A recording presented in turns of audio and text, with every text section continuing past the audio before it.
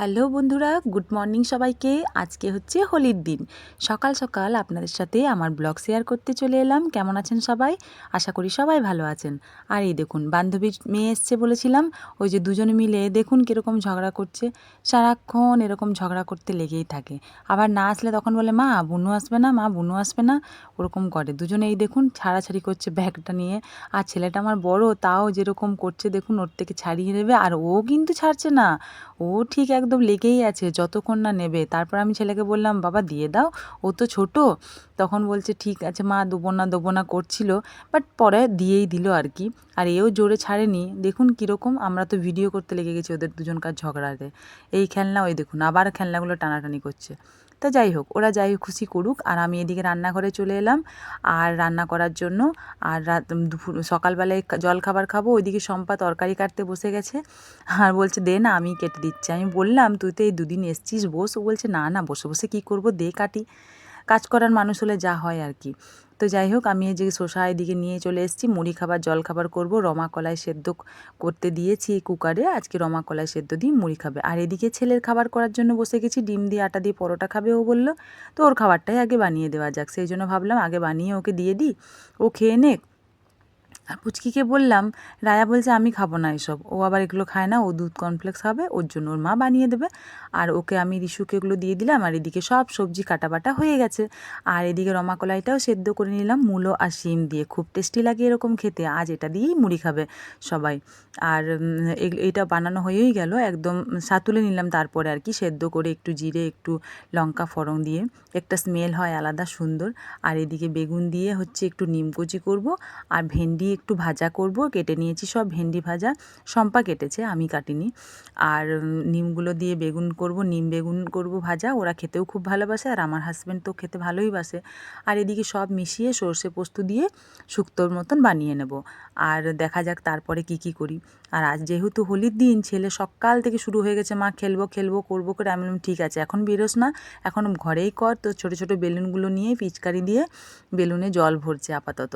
একটু হোলি দিয়ে দিলাম। আর এই দেখুন বেরিয়েই পড়েছে, ওর পাপা দাঁড়িয়ে আছে, ওরা হোলি খেলছে সবাই মিলে। সব কোয়ার্টারের সবাই এসেছে আর কি। খুব সুন্দর হোলি খেলে ওরা, দেখুন পুরো হোলিতে রঙে রঙময় হয়ে গেছে চারিদিক। আমি বললাম রান্না করছিলাম তো, একটু করতে করতে ওদের সাথে ওদের ভিডিওটা করে নিলাম আর কি।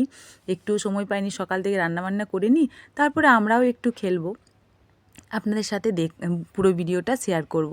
আমরাও রং খেলতে বেরোবো একটু, পলাশ ফুল দেখতে। আমাদের দিকে পলাশ ফুল তো খুবই সুন্দর ফোটে, পুরো একদম চারিদিক অরেঞ্জ হয়ে গেছে, আপনাদেরকে দেখাবো। আর ওরা রং খেলছে, এই যে ওদের রং খেলা হয়ে গেলে, আমার রান্না হয়ে গেলে বেরোবো।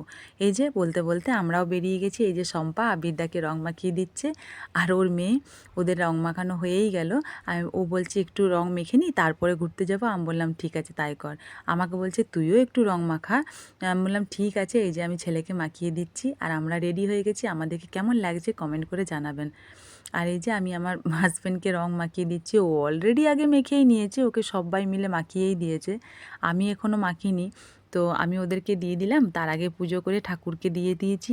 সকাল সকাল রান্না বান্না করে পুজো করে ঠাকুরকে ধূপ দিয়ে দিয়েছি, হোলি দিয়ে রং দিয়ে প্রণাম করে। তারপরে হচ্ছে আমি বেরিয়েছি রং খেলতে।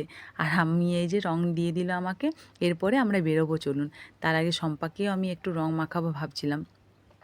তো শম্পা আর আমি দুজন মিলে বেরিয়েই গেছি, রং মেখেও নিয়েছি। আর এই যে সবাই মিলে বেরিয়ে এরপরে এই দেখুন এসেছি আমরা পলাশ বাগানে। দেখুন ওই পেছন দিকে পুরো অরেঞ্জ কালার, খুব সুন্দর পলাশ ফুল ফুটে এখানে। আমি তো প্রায় চলে আসি। একদম সামনে আমাদের এখানে একটা ড্যাম আছে, খুবই সুন্দর জায়গা।